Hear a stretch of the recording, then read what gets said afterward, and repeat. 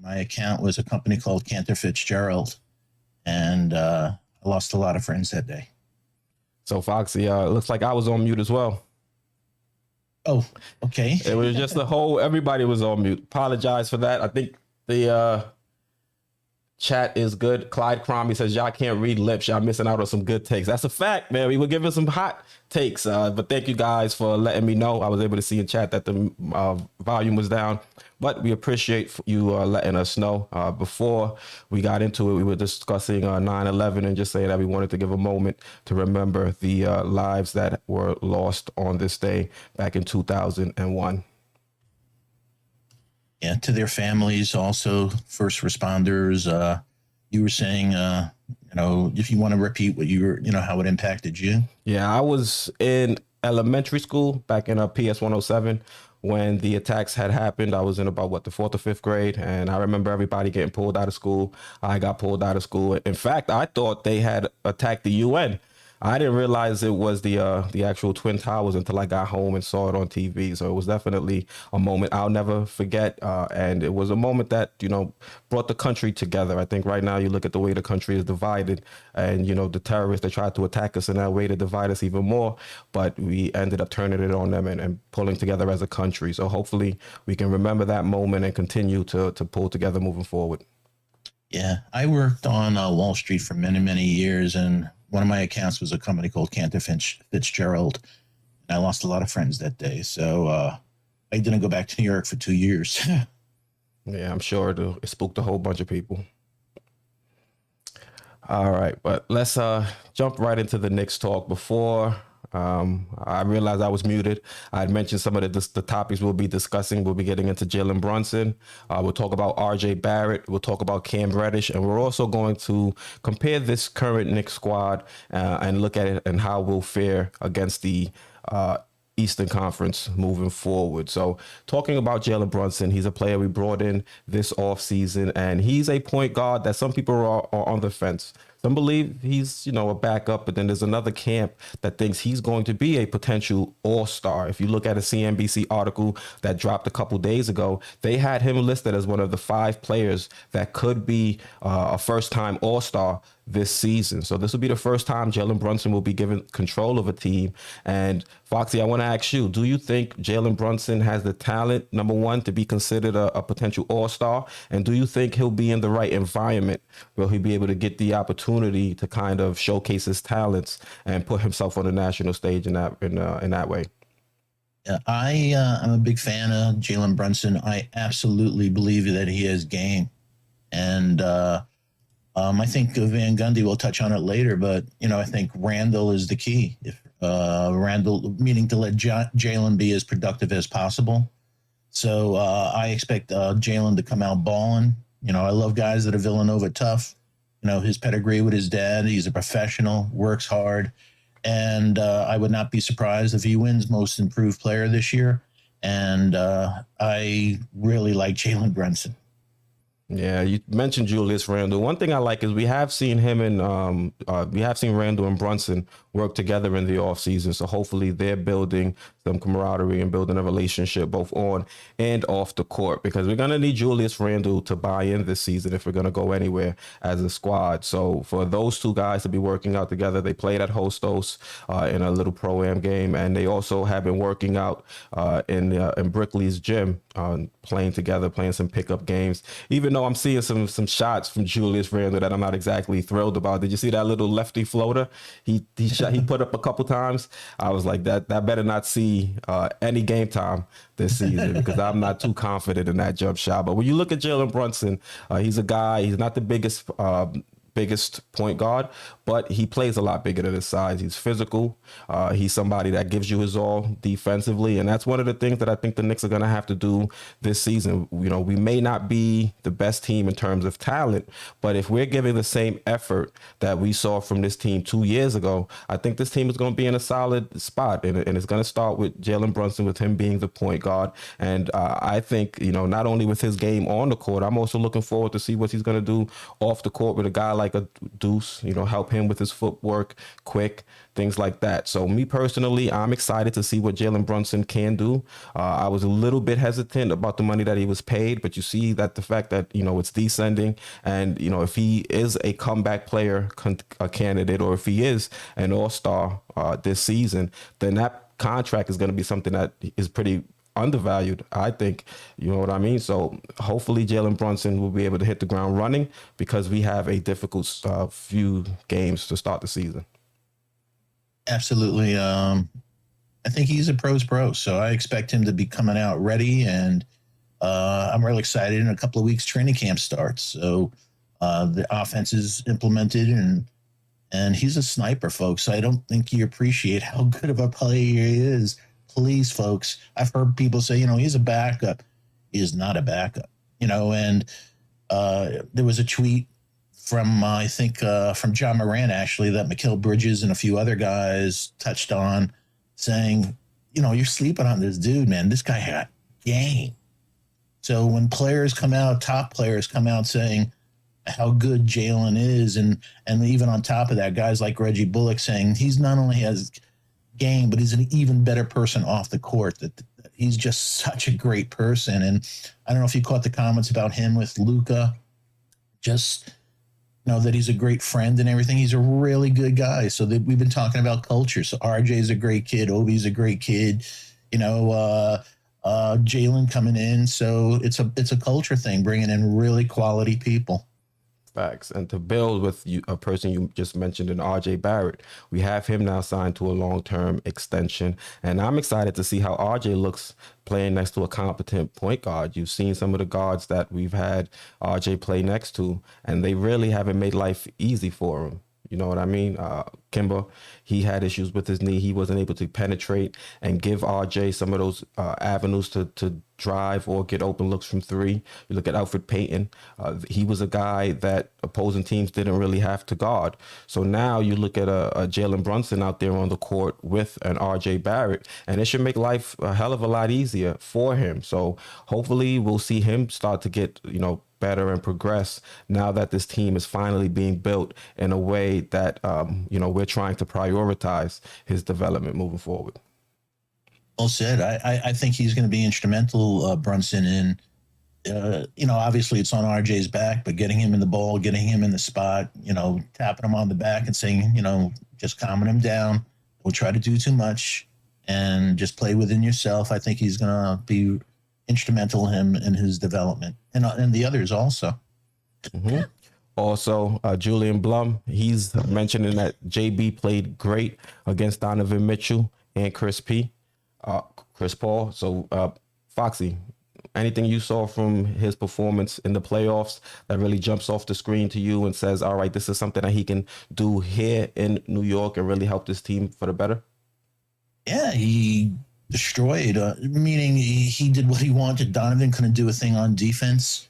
In the series, he averaged 27.8 points per game, 4.8 rebounds, 4.2 assists, 53.2 effective field goal percentage, and Donovan scored 25 points. So he outplayed Donovan, who is a superstar.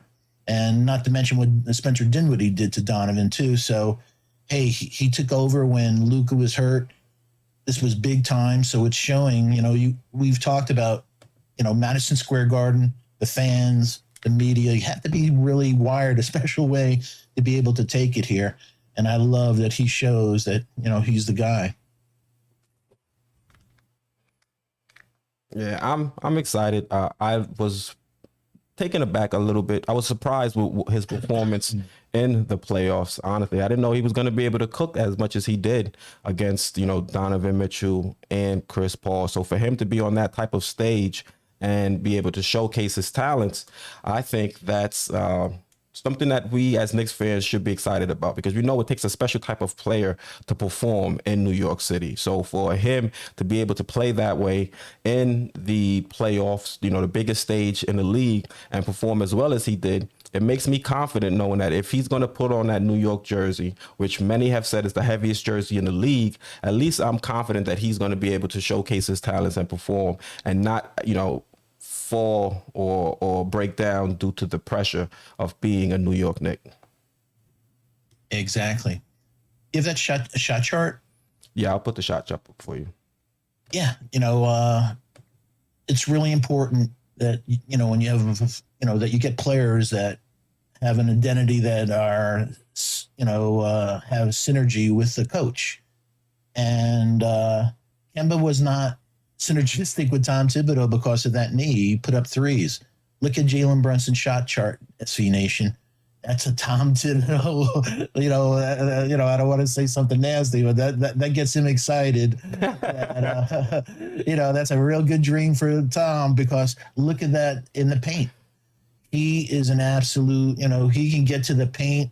That hezzy dribble, he has such a good dribble. He's unstoppable, man. He's got incredible game, and he's an unbelievable sniper. So if you look at here at the shot chart, then if we can go to the slides that you had up a second ago with the frequency, the shot attempts, and the accuracy, that he's really just the opposite of a Kemba and stuff like that. That only 24% of his shots are from 3-point, 22% at the rim, and then 54% from mid-range. So he is a mid-range assassin. So when you see those slides when they come up, folks, right there. So up on top, you can see, so the numbers. So this is from Cleaning the Glass. You may have heard Keith and I talk about this. Orange is good. The darker the orange, the better. Meaning, if you have really dark orange, that means you're elite in this league. If you have light blue, that's not good. And if you have dark blue, that's not very good either. So if you see, so don't go by that really on shot attempts, only saying this is, so it's just saying on the shot attempts here that, he gets to the rim. 22% of his shots are from at the rim, 54% of his shots at the mid range, and 24% basically is from three. But the thing that gets me excited, and why everybody should be excited here, is look at the orange on his actual shooting accuracy from day one he walked into the league. It's not having, where we've seen players and saying, is that an outlier that season? He didn't really play that way this previous season stuff.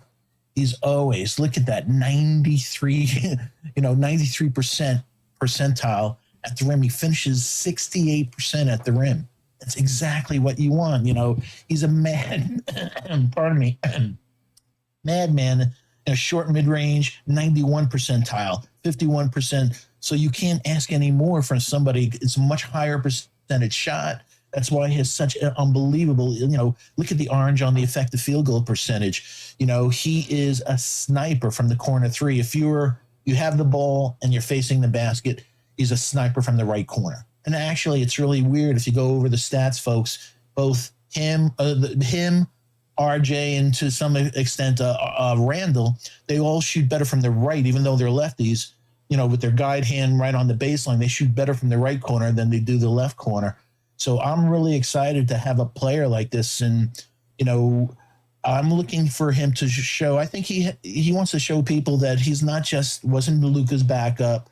That the Knicks got him and it was father thing. I think he wants to show everybody that he is a top-notch player, and he wants to show people that when you shoot like this, people, SV Nation, you can be a number one option when you have all that orange, when you have the ball in your hand like that. So I think that this is something that we should really, really look forward to. And even on his off year from non-corner, he's still shooting, he's shooting around league average. It's not like he's brutally bad on shooting average. And on the one above, the shot attempts, is just saying that he doesn't take a lot of threes, unlike Kemba and stuff like that. So, he's in the 8th percentile that only, 24% of his shots come from three. I have no problem with that, especially when you're nailing your mid-range jumpers at a much higher percentage. Yeah, one thing I also like is, a lot of people don't like per 36 because it's not a guarantee or a given that players can maintain that type of production over an extended period of play. And when you look at these stats, you look at what Jalen Brunson was able to do last year. He only had 1,600 minutes, but he was able to remain consistent and still be an accurate shooter when that minutes increased to 2,500. So now we're asking him to take on a larger workload. I'm a lot more confident that he can come over here and continue to have this solid production, and he's asked to do more. Because if also when you look at the on-off numbers, when he wasn't on the court with Luka, he was still able to be a dynamic scorer when Luka's not on the court to attract a lot of attention. So you're looking at this starting lineup. You look at a guy like Julius Randle. He's a guy that attracted double teams in previous seasons. You look at RJ Barrett. When he starts cooking, he's going to be a guy that's going to draw or garner a lot of attention, and that should give and make life a lot easier for Jalen Brunson as well, because he's not the typical Steve Nash type of point guard, but he's more so the modern point guard. He's going to look to get his own bucket, and if he is cut off, he's more than capable to find teammates for open shots, whether that be shooting for the three or cutting or even operating in the pick and roll. So I'm excited to see what some of these players are going to be able to do with him out there on the court. One being Mitch, who we need somebody that's going to look for him a little bit more, especially now that he's going to be making a lot more money as the starting center. So we have a point guard in a Jalen Brunson that I think is going to be extremely effective in pick and rolls and is going to be an asset out there on the court for Mitchell Robinson. And that way we don't have to worry about Mitchell Robinson on Instagram anymore saying, hey, they're not looking for me down in the paint, because we have a point guard now. And I'm excited to see what they'll be able to do together. Yeah, folks, statistically, they had players who are the best players in the league by the position on the court. To the left of the rim, right at the rim, Jalen Brunson was number one in the league. You could see there at the rim, but he's number one at the league. So like you just said, meaning in finishing, there's a lot of guys that are great at getting to the rim, but finishing is a whole nother story. He finishes, and the whole beauty is if they drop off to try to get him, like you said, I think Mitch is going to have a smile that'll light up New York City, because Lob City, you're going to do that, boom, drops it off to him, or he'll kick it out for threes, man. Yeah, let's jump into the chat, see what's going on. Also, have to make a quick announcement. We have knighted Sir Jesco, first of his name, as one of the new mods of the channel. So everybody give a round of applause for Jesco. Yeah, Mazel Tov. Yo, there's that roadcaster. Yep. So, Jesco, thank you for being a supporter of the channel and holding it down. We have you as one of the mods. Welcome to the mod crew. Yeah, the wrench mob, absolutely. Hey, folks, we have 75 people in the chat, and we have 24 likes. Do me a favor, please hit that like. If you have subscribed, thank you so much. Please tell a friend to tell a friend. If you haven't subscribed, please subscribe. As we always say, it's the one-stop shop for Knicks news, rumors, and analysis. We work hard, as you see, on the behind the scenes to make the content enlightening, sometimes controversial, but always entertaining. If you are new, please put new in the chat so we can give you a proper welcome from everybody. Please turn on that all reminder bell so you don't miss out on any of the wonderful content from Sports Vibe TV. Please share the link on your favorite social media platforms. If you can't catch the show live, shout out to the replay gang. Keith and I answered over 300 comments this past week from last week's show, so keep those comments coming. We love talking to you. I love talking hoops. And last but not least, like you said, shout out to the best mods on the planet. Congratulations, Jesco, John Talento, Justin L, Lex the Destroyer, Adele Chapman, Canal Ben Lawyer, Julian Blum. We appreciate all you do. Yep, we got a solid squad. We could probably start our own, little starting five and have a bench unit with the mods down.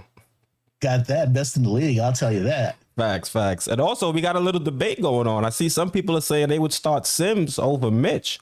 I don't know if I would go that far. I'm a fan of Sims, but I think Sims still needs a little bit more seasoning before I go and say I'd start him over Mitchell Robinson. I think he's a talented young player. He has I get a little too crazy. I won't say he has a high ceiling, but I like the type of player he could become. I think in the right role, he could become a starter at some point.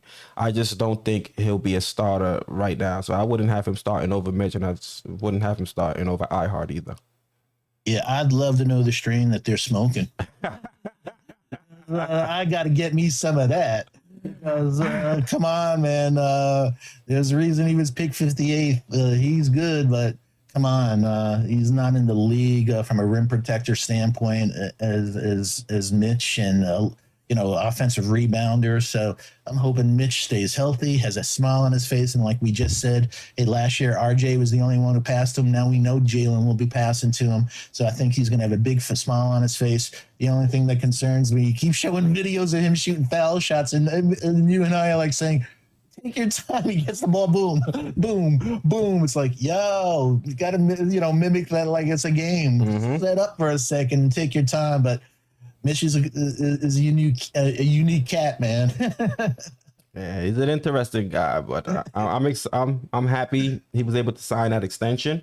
But now he's gonna have to earn that money, so we need to see him putting the work in, working on those free throws, working on the post game. Because we saw Rudy Gobert, he couldn't do anything with a point guard and Dennis Schroeder. So we need Mitch to be much better than that offensively. That's not something I would accept. I need my center to be at least able to dominate. How tall is Schroeder? 6'2", 6'3"? You should be able to dominate that guy in the paint, especially with Euro rules. Yeah, that and I'm hoping for Mitch because I think Ihart's going to be breathing down his neck. So so he better play top notch because otherwise, in closing and other things where they want to spread it out, Ihart's going to be putting pressure on him for more minutes.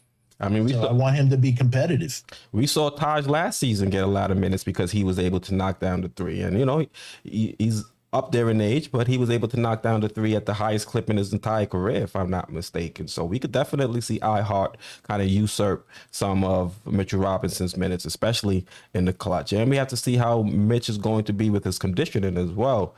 He only averaged, around 25 minutes per game last season. So there's definitely a lot of room for Ihart to kind of, step in and get a lot of minutes, both, I won't say as a starter, but coming off the bench and in those clutch moments.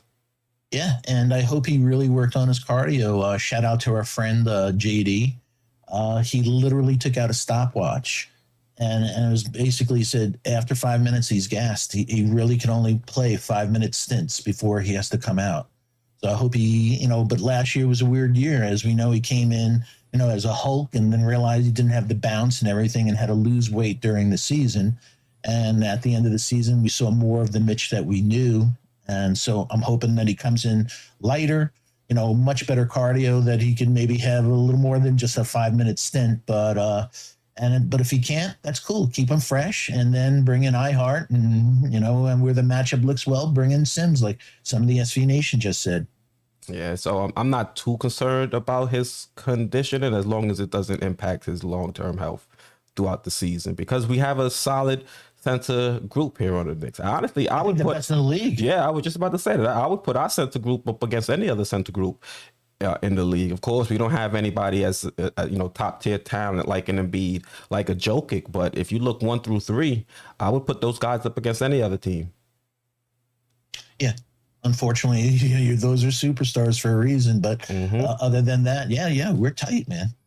Yeah. Also, before we move off of Jalen Brunson and talk a little bit more about RJ, want to just mention this tweet from Tom Piccolo. He says, excited to see Jalen Brunson and add much needed variety to the New York Knicks offense. Last season, the Knicks were ranked 29th in field goal percentage from floater range, an area where JB was elite. Last year, 52 players took at least 200 shots from floater range. Brunson tied with Kevin Durant for 8th in field goal percentage, hitting 51.4%. And anytime you're in the same conversation when it comes to scoring as Kevin Durant, you can tell that that's an elite level right there. So, Foxy, what are you going to be looking for Jalen Brunson when it comes to his ability to be that 3-level scorer? I think you mentioned it a little bit earlier. He can knock down the 3, he can get into the paint, knock down mid-range, and he can also finish at and around the rim. So with somebody that's this deadly offensively, what do you think his ceiling is? I think that, a 20-point scorer, I could absolutely see him be a 27-5 type of guy and low turnovers and just a real leader. But I absolutely could see him, especially on this team, one of the things, so that's, great, shout out to Tom Piccolo that, that floater range, but we were 30th in the league in 2-point percentage. So as we just said, and you saw in the slides, folks, that, besides getting a couple of feet from he was great at short mid-range. He was great at long mid-range, so what you said, Durant, if you look at shooting stuff on Durant, he's a mid-range assassin. All these great players, Kawhi, all these guys, they kill it from inside because it's a higher percentage shot. Wouldn't you want to take a shot where you hit 50% of the time rather than a shot that you hit 35% of the time?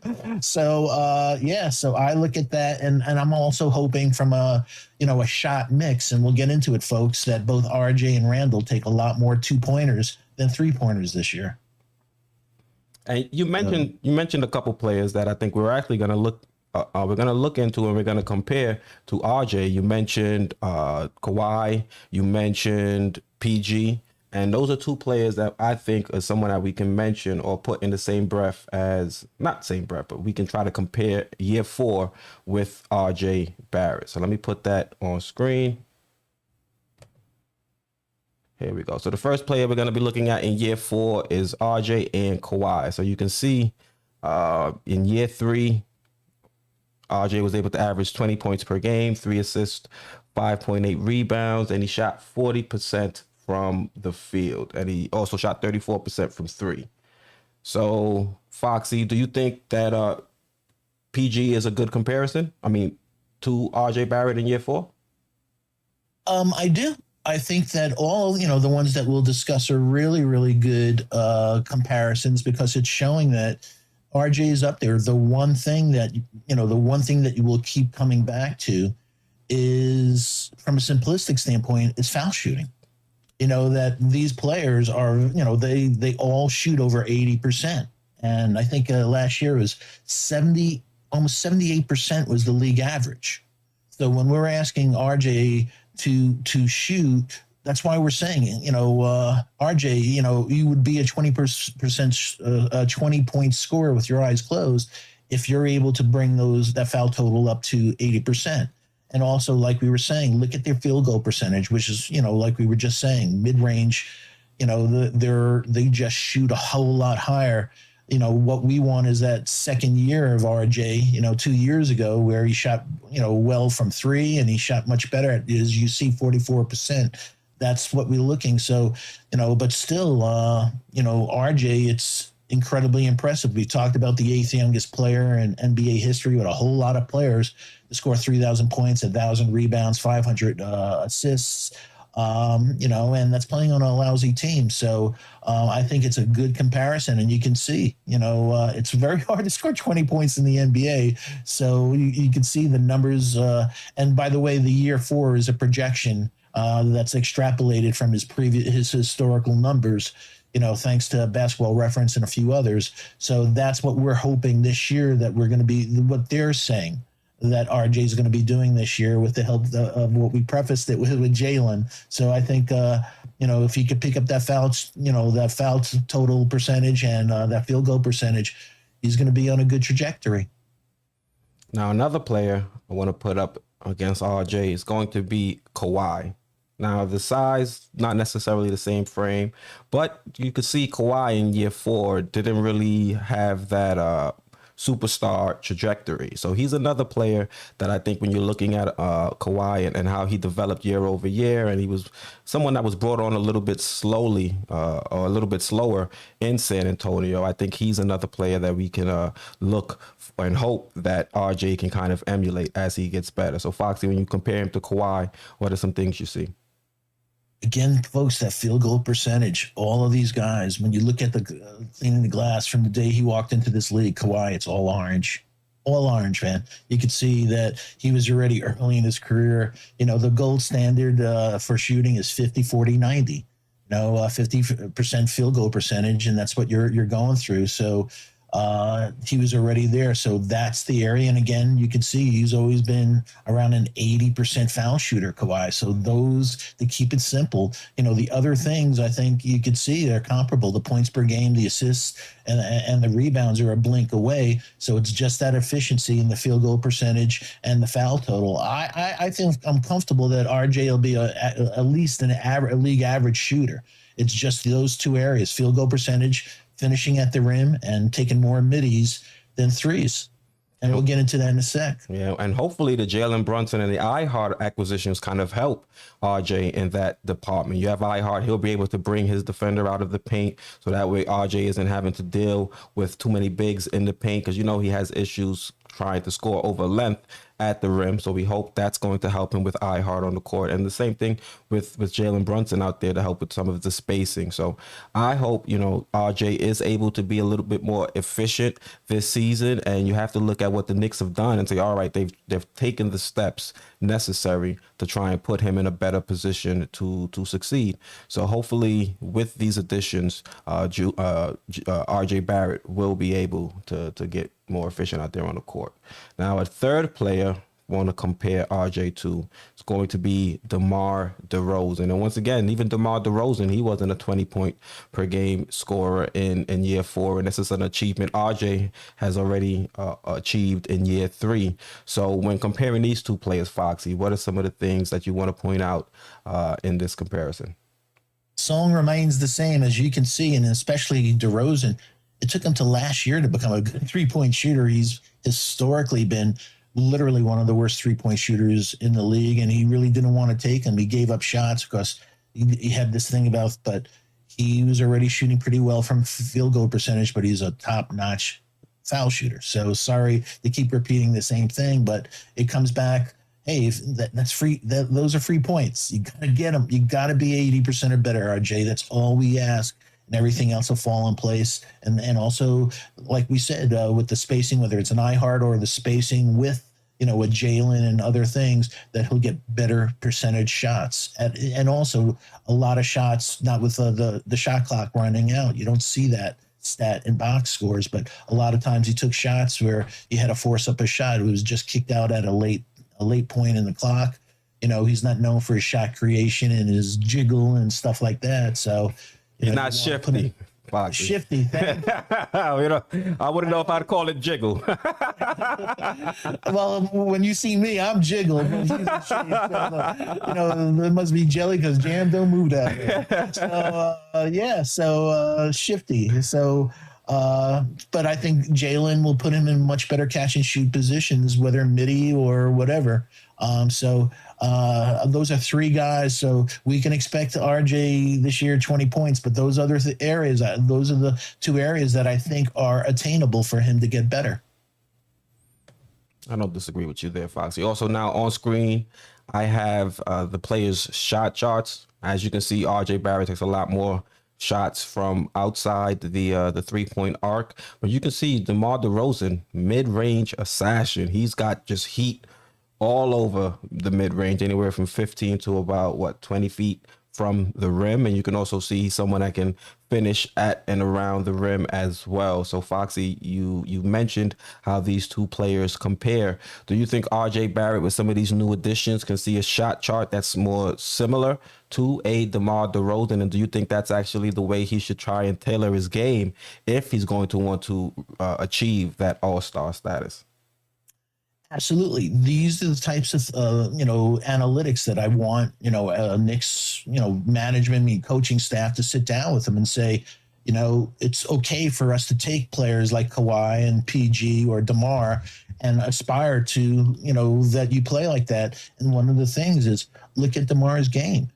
People look down at you take a whole lot more, hopefully a lot more 2-point shots than 3-point shots in a game. This is where we want you. You're a good 3-point shooter, but on switches, you're against short, undersized shooting guards and stuff like that. Eat. And also what we talked about is, 2 years ago, he got his shot blocked 86 times. Last year, he got his shot blocked 103 times in 2 less games. So it comes down to getting smarter, showing more IQ that, don't take that extra dribble and get into the land of the giants. Look what DeMar does. Pull up and take that jumper. And that's what we want him to do. It's like maybe a little less in the lane. And if you do get into the land of the giants, kick it out. As we talked about, he needs to build on that assist. He was at a top 30 usage guards in the league. He was last in the league in usage in an assist percentage and second to last to Jalen Brown, by the way, in assist to turnover percentage. So those are the areas that we really want to see RJ grow in, that it's okay. If you get to the line, hit that, but it's okay if they kick the ball out too. You don't have to put up a bad shot. If RJ is able to become much more efficient as a scorer, and he's able to develop into a 3-level scorer, I think we have a phenomenal core to build around, because then we would have that elite all-star talent on this team in RJ. We'd have a solid point guard in a Julius Randle, and then we'd have a lot of young players that we can continue to cultivate and use them as either trade chips or long-term pieces here with this team. So I think this season is going to be all about RJ Barrett. We signed him to that extension, and the extension is pretty reasonable too. I think in the first year it's only 23 mil. Yeah, that's extremely cheap for an RJ Barrett, for somebody that has elite potential. But just meaning from a baseline of 107 million is a phenomenal contract, and the incentives to get up to 120 million, whether all stars and defensively, all defensive, those are great, carrots to put before him. And so, but 107 in this league, and with the cap building not only in the next year, but by 25, it's going to represent a small percentage of our overall cap. So it's a very good contract. Now we just need him to become a much more efficient player. Okay. From this dream to RJ Barrett's trainer. Let's see what we got going on in the chat. I saw somebody said that we should go out there and get J. Cole on a 10-day contract. The only 10-day contract we should be giving J. Cole is to go perform at the MSG Fair. That's the only 10-day he's getting. I back that up. All right, let's see what else we have going on. And we also have some of their shooting accuracies on screen. Foxy, you were nice enough to pull some of these from Cleaning the Glass. Anything jump out to you? Yeah. That you can see what I did was the last 3 years of DeRozan rather than earlier in his career. So I did the first 3 years of RJ's career, coming up, we're on his fourth this year, and the last 3. So, where I think it's accurate, where DeRozan, we know about RJ not, especially a young DeRozan, not having the same athleticism and hops. But later DeRozan, I think there's more, similarity, that he's not the same player that he was young. But you can see that from short mid-range, and as my partner Keith said, he's an assassin. Look at that orange, and short and long mid-range and stuff like that. And so you look at RJ, and, folks, I'm going to be serious for a second. And, SV Nation, this is not bashing RJ. This is just keeping it real. That's what we do here at Sports 5 TV. I was in the lab, and I went through every all-star player of the past history, the recent history. Every single player, I went over their stats, and only one player has ever had, blue is not good, folks. So from at the rim, and this is accuracy, short, mid-range, long range, and everything. The only player that I've ever seen as an all-star that had similar shooting accuracy was Draymond Green. And we know that Draymond was there not because of his shooting, because of other attributes that we hope that RJ gets. So I think this chart illustrates why I think some whether Jerry West or some GMs around the league, why they don't look at RJ at the same level as other players. Because historically, if you look at the numbers, there's never been an all-star that has blue like that just doesn't shoot well from everywhere. We had an outlier a couple of years ago from 3 where he shot well, but he's consistently light blue or dark blue.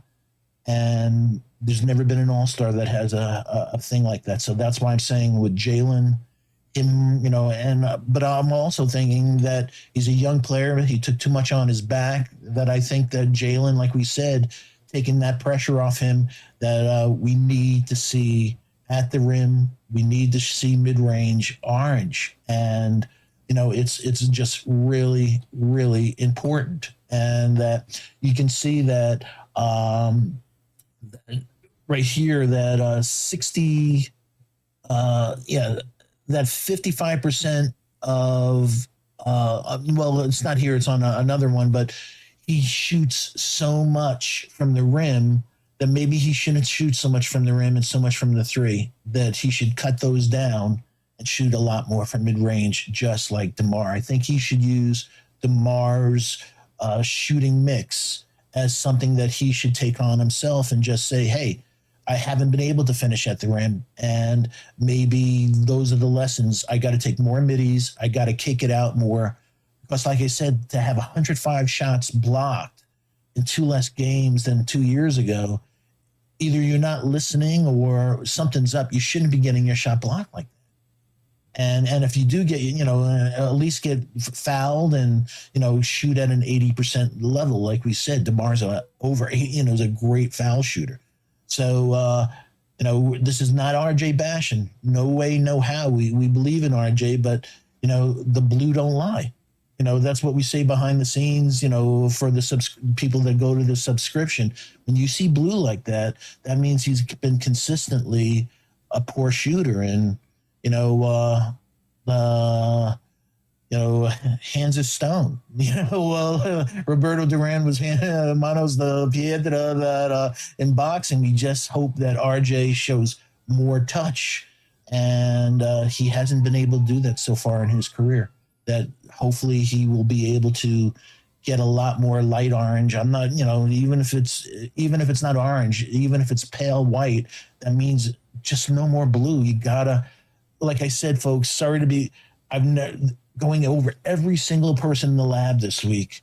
There's not an all-star that doesn't have orange at least 1 or 2 places on the floor. Either they're killing it at the rim, they're killing it short range, or they're killing it, or in multiple places. Not one all-star has blue like that. And that would explain why the front office, if the reports are true, they had some reservations about extending him long term. And also, you point out the outlier season. That was the same season we have to point out where RJ was playing, not in the bubble per se, but when fans weren't really allowed in the arena. What was the limit? 2,000 over at MSG. So that is something that we have to keep an eye on. But, I'm willing to give RJ at least this season, now that we have pieces that I think complement him a lot better, before I go and make any drastic decisions like it seemed like the front office was willing to do in some of the Donovan Mitchell trade talks. I want to see how this kid looks with an actual point guard, a professional point guard, someone that's going to be hardworking out there and kind of match a lot of the hustle we see from RJ Barrett. So I want to see how those two look together and see how it may affect RJ Barrett's shooting, the same way comparing how RJ Barrett's shooting splits are with his time on the court with Mitch and also with his time on the court with iHeart, because I want to get as much information as possible before, it's time to make a decision as to whether or not RJ is going to be a long-term piece on this team. I continue to feel like RJ could be a player that can get to that elite level where he can be a multi-time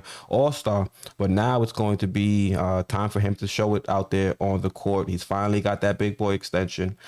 He's been in the league, I think, long enough for him to finally have found his way. And now that the front office is putting in those pieces around him, it's time for him to really, take those next steps and prove to not only us as Knicks fans, but also to the league as a whole that he is, a dominant force in this league. Yeah, exactly. And my only thing, I put on a GM hat a lot of times when I'm writing, for getting ready for the show during the week. And we went through this experience with Julius a couple of years ago that we looked at. He has a similar type of shooting accuracy, and then he had the second, the second team All NBA season, but all the seasons prior to that were the blue. So from a prudent standpoint, we all said shouldn't they maybe not have signed him and said, play another season like you did that second All-NBA season to make sure it wasn't an outlier that you're doing that. And they didn't. They gave him the contract, and we saw what happened last year. So I was hoping that they did that crazy move that, all right, the trade didn't go sign RJ. And it's like, whoa, what are you doing? I'm all about trend analysis. And if we're seeing Blue that, you're not shooting, you don't shoot well from the rim, short mid-range, long mid-range threes and stuff like that, to an elite level at least, let him earn it this year. And it's like, well, but if he earned it, then we'd have to pay the max. Good. Pay the max. At least we know we have a hell of a player. But so now if he has another season where he's Blue across the board, we're locked in for 4 years, and I don't care if it's 107. That's not a good contract if somebody can't shoot, and especially if that's the player that you're saying is one of the faces of our future. You have to be elite. Getting to the rim, he's elite at. Finishing, he's not. And until it's all about putting the ball in the hole, and he hasn't shown. He has been consistently bad at shooting. Yeah, but he'll figure it out. I got a lot of faith in RJ. Hail Mary, full of grace. All right. We got a super chat from Buzzer Beater. Thank you for your support. We greatly appreciate it. He says, if you had to pick one right now, who would you choose? Tyreke Evans, Jeremy Lin, or OJ Mayo? As a player on this squad, or just in terms of their potential or their ability to play right now? Because if on this squad, I wouldn't want either three. But if I had to say one, probably Jeremy Lin. I haven't heard much of OJ Mayo ever since he's been out the league, and the same with Tyreke Evans. I know Jeremy Lin, he's been playing. He just signed with China. Yeah, China, yeah. So at least I know he's in game shape. I can't say the same for OJ Mayo and Tyreke Evans. I haven't really been following their journeys. Feel bad for them, though. The drugs got him kicked out the league. Yeah, it's crazy. I'd pick Jeremy Lin, but that's only because I'm in the mood for some fried wontons right now. So I was like, bring them over from China for me. But those are all guys that are washed, so I wouldn't choose any of them. Yeah, I wouldn't go with any of them as players on the Knicks, personally. I don't think they can really benefit. And you give a guy like Tibbs, one of those players, they'll be playing 20, 25 minutes. Thanks. Let's see. East Blue Drew says, Saquon, let's go. Did Saquon do something? Oh, yes. Down 7 with a minute to go, and we have the ball. Can we pull it off? I was nervous. Caught a long touchdown pass also. Yeah. Danny Dimes turning the ball over left, right, and center, though. He has a fumble. I saw he threw an interception since we've been on. Man. But Saquon's been looking good. Yeah, he's had that step. You look at the game for a second, and I'll just say a quick hello to the chat. Hey, hi, Heck, Yankees Morning Brew, folks. 11 a.m. on Nights of Degen. Do me a favor, please support our guy Hector. He's one of the great guys, like you just said. East Blue Drew. Hey, I saw earlier Geraldine MacGyver, First Lady of Sports 5 TV. Hope all is well with you and your family. Stealth Gen X. Johnny Rams, Eddie Marr. Let's see. You already mentioned Buzzer Beater. I talked a lot with him a couple of weeks ago on the comments. Lex the Destroyer, as always, one of the great mods in history. B. Willis, we don't want a media friend to hit that button. Thank you so much. John Talento, as we said. Webb, I hope all is well. Angel Torres. Yeah. Fox, are you there?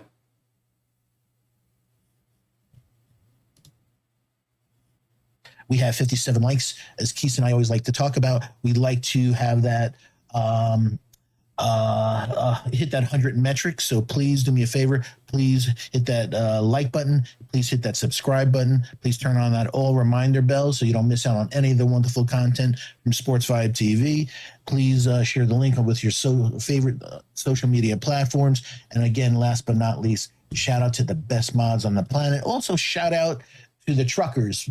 We get so many comments from truckers all over. So shout out to the truckers. We love you. Shout out to the first responders. Shout out to the vets. We love our vets. Thank you for your service. So just wanted to just do a quick let them know how much we appreciate them. And again, if you're new, please put a yes in the chat. We have 159 in there right now. Do me a favor. And did they just score a touchdown? Yes, they did. 20-19. And the game would have been tied if they didn't fumble that damn field goal, man. The extra point. We would have been kicking for the win right now. Damn, man. Special teams. Yo, hey, I love my Keys. So everybody, hey, big guy above, please let Keys get a win today. Facts. Damn, those Jets. My wife looks at me and she goes, "Aren't you going to watch the Jets?" And I said, "I haven't watched them in a year or so." She says, "Turn it on for a second." And she goes, "What's wrong?" And I went, "They're losing 24-3. And a guy just made an interception on the Jets and he's freaking flexing." And I said, I stopped watching a couple of years ago with a guy named Jamal Adams that he did the same stupid thing. They'd be down by 3 touchdowns and he flexed after a touchdown. So, that's going to be a long season for the Jets, man. But I'm hoping the Giants could do something and make the New York football fans happy. You and me. And we made it. Yes, 21-20. Giants up. Minute to go. Let's go, baby. That would be a nice way to start the season. I can't remember the last time we were over 500. I think they said it was like 2016 or something nuts like that. Yeah. So, But all right. Like I said, please take care of Keys and all our Giants fans. I hope. But let's jump right back into the Knicks and let's talk about another controversial figure. That's going to be Cam Reddish. Now, Foxy, it's a lot of different opinions on what to do with Cam. Some say Cam should be a long-term piece here with the Knicks. Others say that Cam should be a trade piece. We should move on from him because he just doesn't fit. Where do you fall in the discussion? Do you think Cam is someone that should be a long-term piece here with the Knicks, or do you think it's just not the right fit? We should kind of cut him loose, send him to an organization that can use him better, and try to find an alternative option at the wing? I'd like to give him a chance. Hey, we made the trade. Play him. If it doesn't work out, get him out of here by the trade deadline.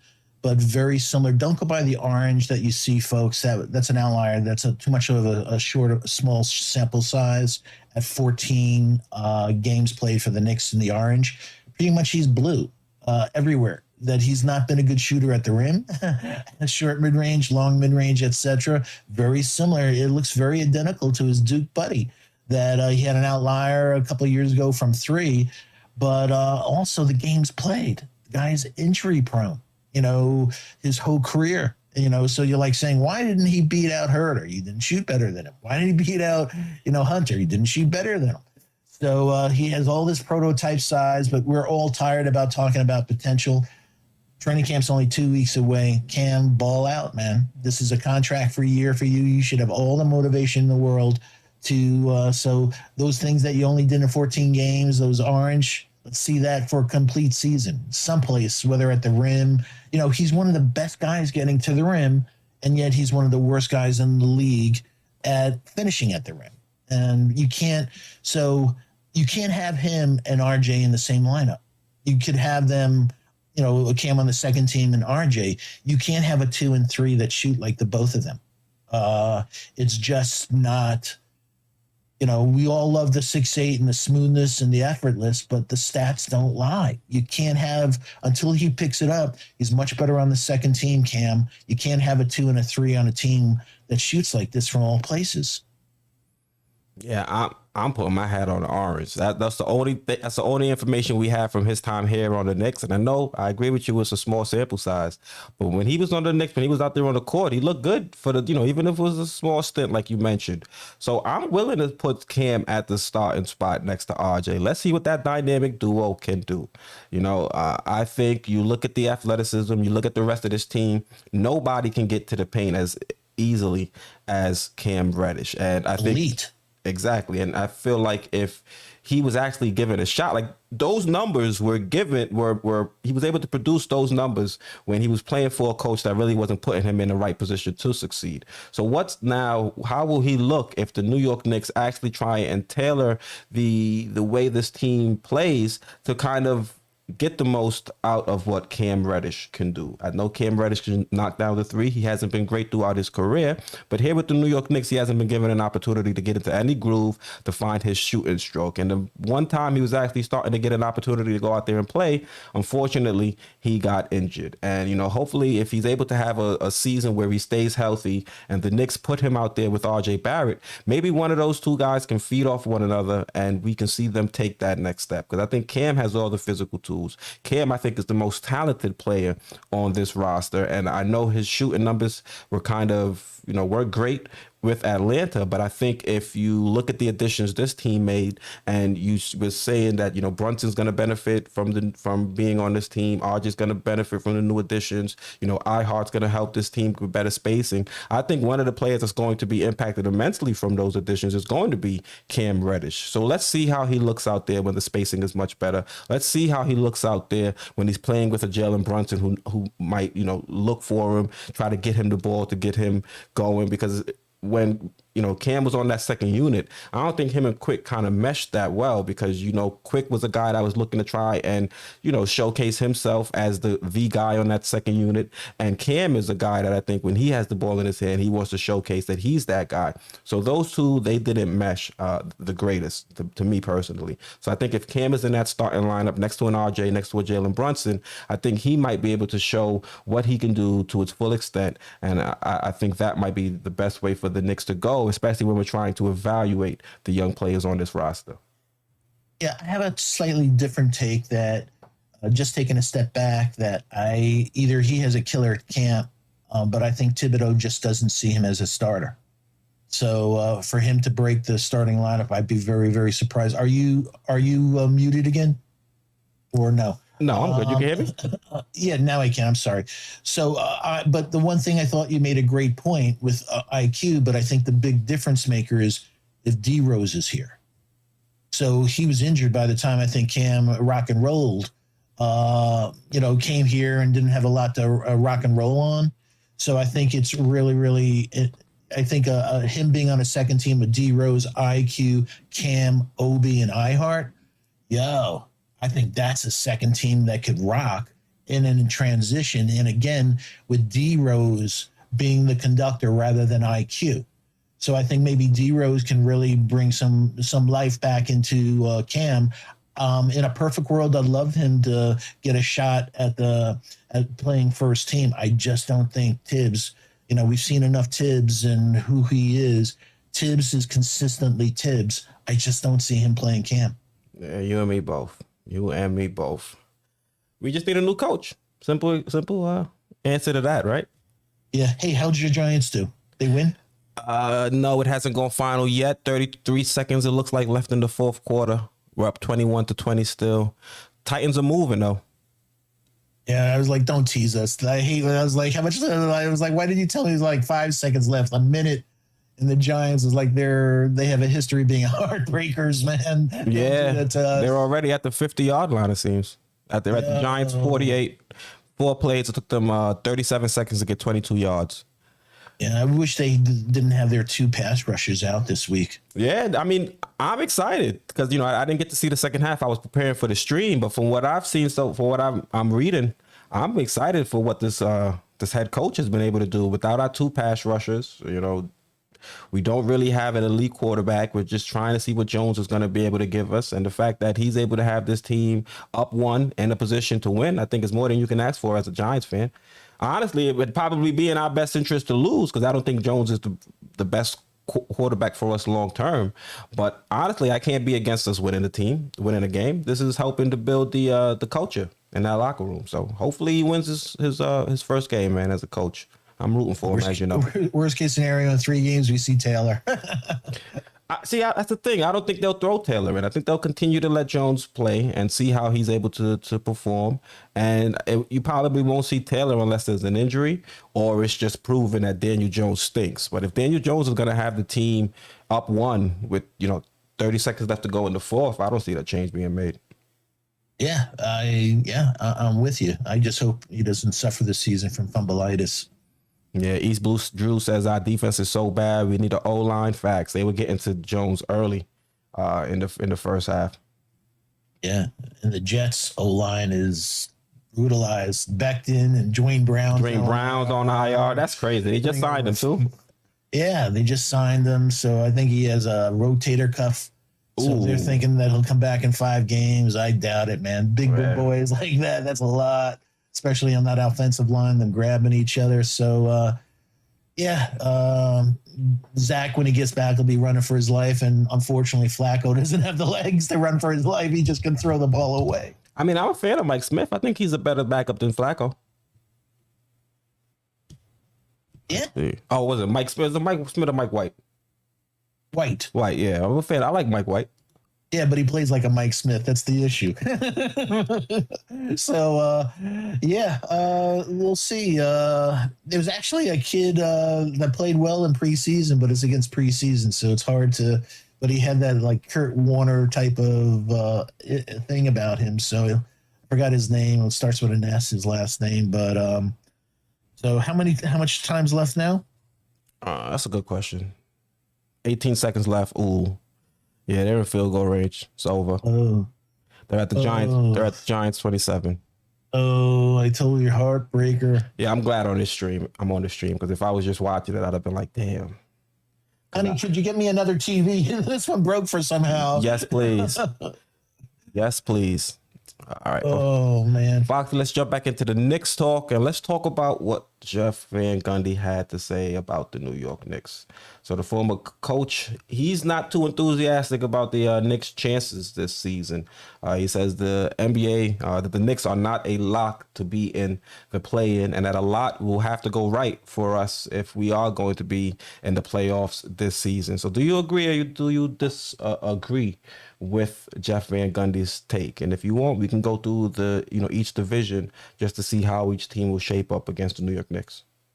I agree 100%. I think he's just echoing. I made a comment a couple of weeks ago that Vegas bookies are in the business to make money, and they have a lot of analytics at the end, a lot of smarts. They're picking us with Jalen.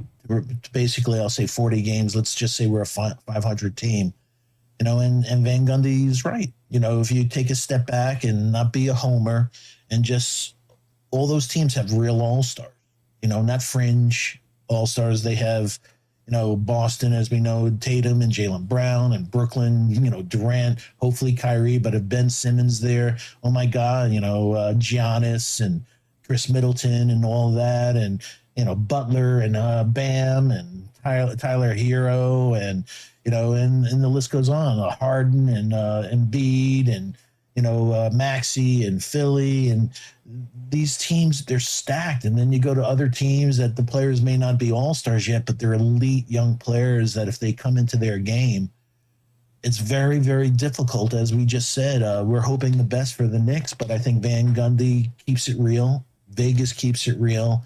And I think he's absolutely, right on target that we're not even a lock, to get into the play-in, no less the playoffs. And I don't mean anything, folks. I'm not that type of homer. I like to just keep it real. And these teams are loaded. So let's go through them. You mentioned the Celtics. They have Tatum and Brown. So you would put the Celtics ahead of the Knicks. For sure. Realistic. All right. 76ers. They have Embiid. They have Harden. They have Maxey. They have Tobias Harris. One thing against Thibault, one thing going against them, Doc Rivers is their coach, but I think they'll be able to overcome that, especially in the regular season. So I was about to say he's good in regular season. It's just the playoffs. So we'll put the 76ers above us. Toronto Raptors, they're a young team. You look at what they have with Siakam, Fred VanVleet, who else? Scotty Barnes, Gary Harris, still on that squad. Gary Trent, I'm sorry. Gary Trent Jr. still on that squad. Toronto's young team. They got Nick Nurse coaching them, championship pedigree. So they'll be a difficult team. I'll put them ahead of us. Brooklyn Nets, you've got KD, Kyrie, you mentioned Ben Simmons. They just have more elite talent than we have.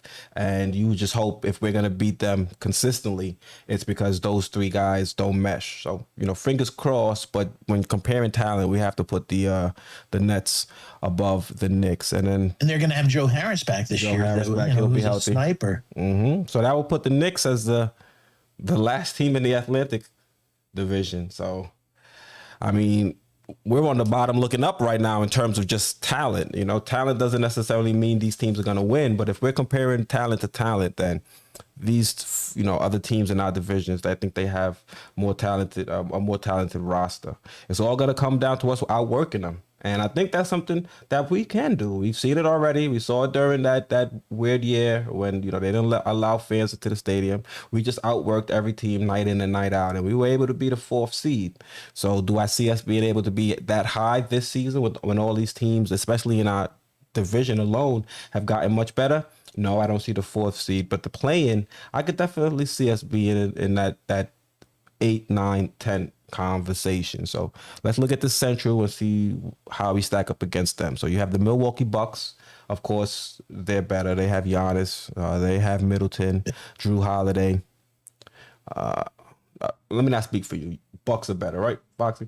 Bucks are better. Okay. They were world champions 2 years ago. Exactly. You've got the Chicago Bulls. They're a team we might actually see take a step back.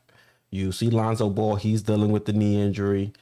Zach LaVine, DeMar DeRozan, so they still have talent, but I don't think they're as formidable as some of us may have thought they would be, at least from, where we were ranking them last season. So I think they'll definitely take a step back. Foxy, what do you think about the Bulls? Well, I wouldn't be surprised they take a step back. Alonzo is a huge, losing somebody, but like you just said, DeMar DeRozan has been consistently excellent. Zach, he signed the contract. If that knee holds up, he's a killer from 3, that athleticism. Yeah. So it's just, again, having players of that elite talent versus, you don't have players like a Zach LaVine and DeMar DeRozan on the Knicks. And elite talent, that's what this league's about. Valence, is it, who's their center? Is it? Not Valanciunas. It's, what's his face? Yeah, he's down in New Orleans. Vucevic. Yeah, Vucevic. Yeah. He's a quality 5.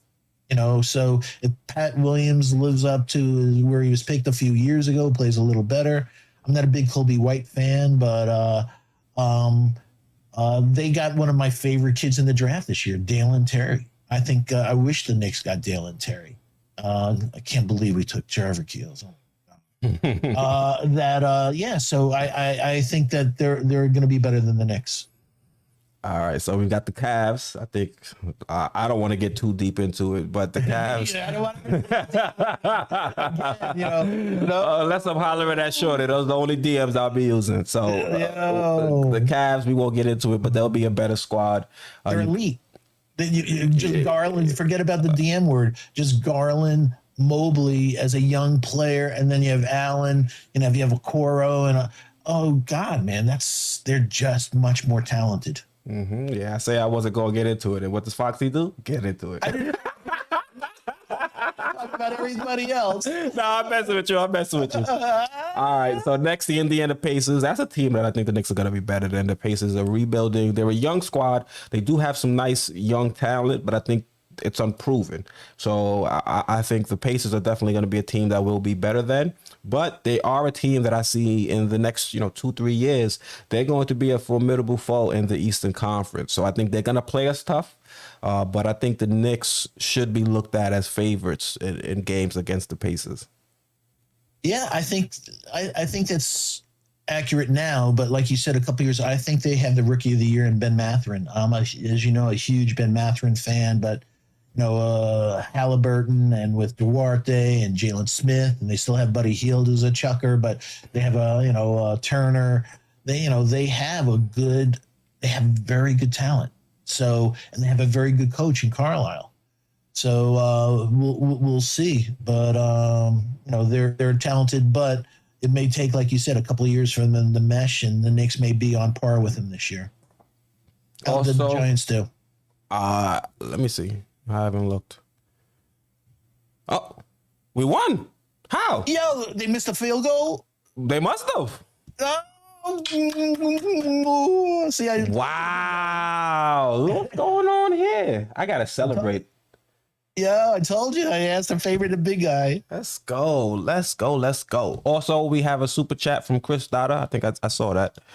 It says Cam is only going to be able to eat whatever he kills. If he can't kill Fournier or Grimes, he will starve this season. Hey, I don't disagree with you. If he can't beat out Evan Fournier or Quentin Grimes, then he shouldn't be given an opportunity just because. But I think Cam has the skills to beat out a Quentin Grimes and an Evan Fournier. So that's why I'm not too concerned about him being the better player on the court. I'm just concerned about Tibbs playing favorites because, that's how Tibbs rocks.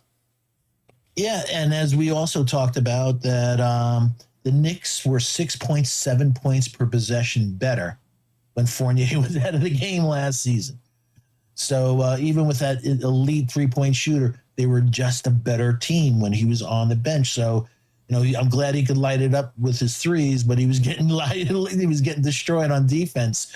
So I don't know from an analytics standpoint how they can go with him, especially on a defensive standpoint and everything, and make a whole lot more sense to throw Grimes in there next to RJ and Brunson on the starting team. If he's going with Fournier, like we said, the numbers don't lie. They were a much better team when Fournier wasn't on the court. Yeah, so let's jump back into the East.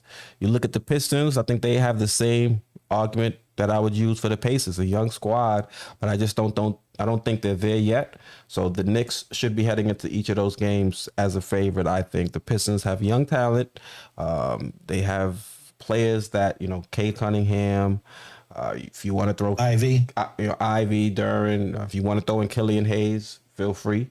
But Sadiq Bey. So they have a young squad, but I think they still need a little bit more seasoning before I could look at their team and say, all right, if we were going head to head, I would have them listed as favorites. So I think that's going to be a team we'll finish ahead of. I agree, but this is a little thing I don't know if a lot of folks know. We have right now, Vegas has us picking 12th approximately and 23 with the Dallas pick.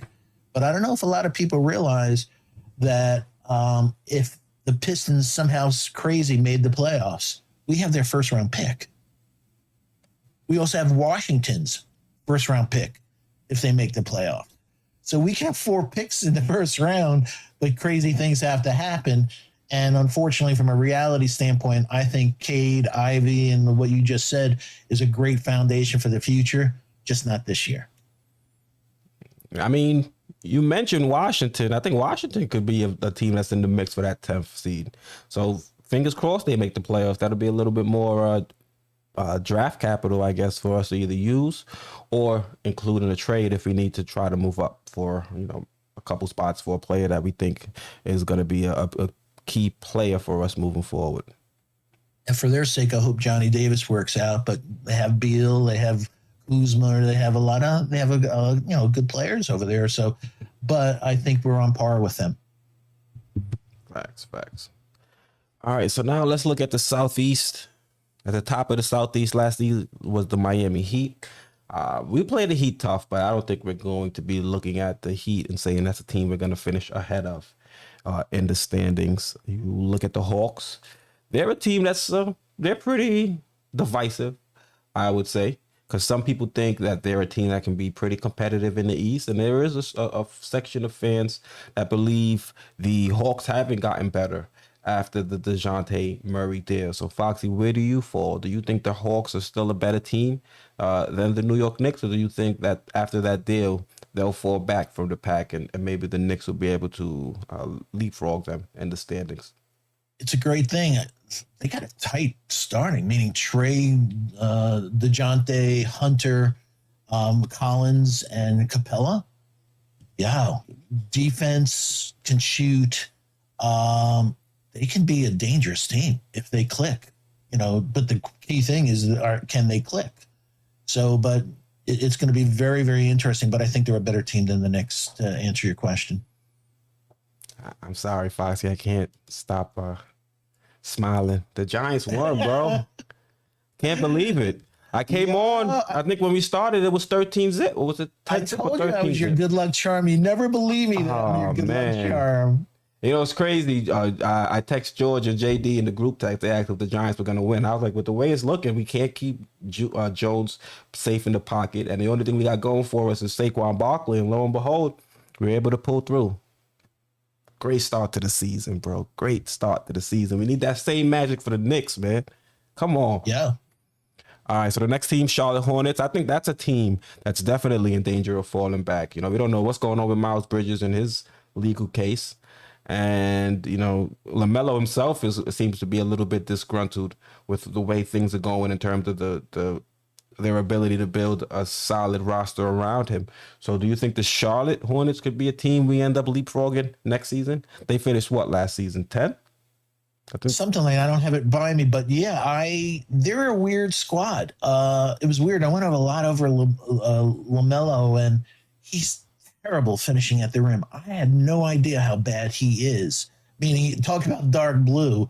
So, you know, he sees the floor great and everything, but again, all those great moves, if you can't finish. But Miles Bridges, I don't know if he'll play in the NBA for a while for what he did, and the other players and stuff are young players, so they can absolutely take a step back. And you know, Gordon Hayward, I'm sure, will get injured again next season. Don't wish him bad, but I'm just like trend analysis. I don't know if he could ever go through a season where he doesn't get injured, and all the other guys on that. So, yeah, I would not be surprised if they're underwhelming this year. Yeah, so hopefully that's one of the teams that we're able to replace in the playoff picture.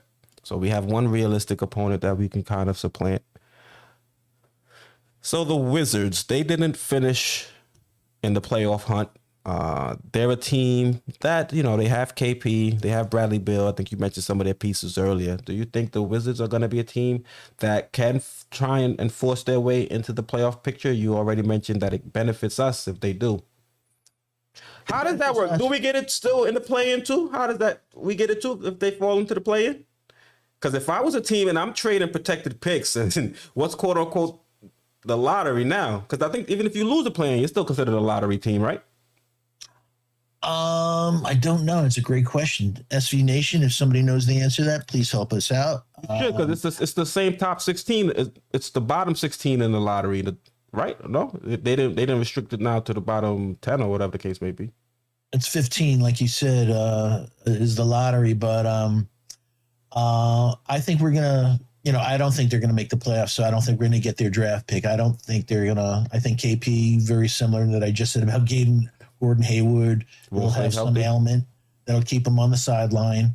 Hopefully Beal will be better, but we'll see. I just, you know, they have Corey Kispert and a few others over there, and they traded away Thomas Bryant. So we'll see. We'll see if they'll mesh. I think we have another super chat. Yeah, Buzzer Beater says, did we get Cam to entice Zion to come to New York? I hope not, because that would have been a terrible decision, right? You give up a first and Knox to bring Cam in, and you don't even know if the Pelicans are willing to deal Zion. And everybody was saying we won't trade RJ because of the poison pill. They're definitely not going to trade Zion for that poison pill. Because I think his average annual value is going to be much higher. RJ's was what, 26.2? And RJ's making 107. Didn't he sign a max? Yeah, so imagine what Zion's poison pill contract would be. Oh my God, yeah, that's huge. The salary you'd have to try and match. John Talento, thank you for holding it down. He says Pistons is top 18 protected and Wizards is top 14 protected. Thanks, John, as always. Appreciate it. Hey, folks, we're like 25 away from 100 on likes, so do us a favor. We have 143 in the chat. Please get those likes up to 100. As Keith always talks about, that algorithm likes if we have 100 likes or more. So please hit that like. Please hit that subscribe. If you have subscribed, thank you so much. Please tell a friend to tell a friend. If you haven't subscribed, please subscribe. As we say, we're the one-stop shop for all Knicks news, rumors, and analysis. Please hit that all reminder bell. Please share the link on your favorite social media platform.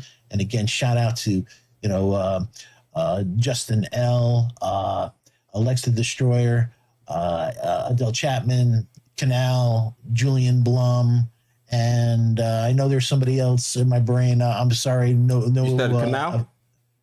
I said Canal and You said Canal, Justin L. John Talento, Jesco. I just said his name, John Talento. So that's it. John Talento, Justin L, Lex Destroyer, Del Chapman, Canal, Ben Lyer, Julian Blum, the best mods on the planet, the Wrench Mob. We appreciate all you do. Also, speaking of Adele, we got a super chat from me. So I just wanted to celebrate. Let's go Mets. Let's go Giants. That's what I'm talking about, man. Braves got my Mets hustling right now, trying to stay atop of that division. So shout out to them. Shout out to the Giants. And it's all up to the Knicks now, man. We got to start this season off with a bang. Yeah, shout out to Avery, his little princess. Facts. Salute. Salute, salute, salute. All right, Foxy. I think we'll wrap it up here. I think we had a solid stream. Oh, now you're like, yeah, my Giants won. Let me get the hell out of here. Party, like, I'm gonna really enjoy myself. No, we're right at the limit. 121. I'm only goofing. Anything you want to say before we sign off? Just like we always say, thank you so much. As we opened up earlier, just folks, do me a favor, take a step back and think about it's 9/11. All of the victims and the families. Our heart goes out to them, and never forget. And again, shout out to the truckers and the vets. We love you guys, and we just really love the SV Nation. If you couldn't catch it today on the replay gang, again, we love your comments. Let those comments. I told you I'm going to have a carpal tunnel syndrome, but over 300 comments Keith and I answered last week. But keep those comments coming, and just that from this point on, we're only a couple of weeks away from training camp, so 6-ish, 6:15 or so on Sundays. It should be in your being that, when I wake up in the morning, I'm going to have bacon, I'm going to have some eggs, and at 6 o'clock or at 6:15 or so, I'm going to be watching Sports Vibe TV with Keith and the crazy man, Foxy. Thank you for that, Foxy. Also, SV Nation, thank you guys for tuning in. We had a solid show, and we got to 82 likes. Didn't get to the 100 threshold, but thank you guys anyway for your support. You guys have been tremendous this entire off season, and we wouldn't get through these streams if it weren't for you guys holding us down, giving us great topics to kind of discuss and kind of pivot through it. And like we always say, you guys are the third host of SV Nation, and we greatly appreciate everything you guys do for the channel. So once again, I'm Keith, host of Sports Vibes TV, joined as always by my co-host Stephen Fox. Thank you guys for tuning in, and till next time. Love you.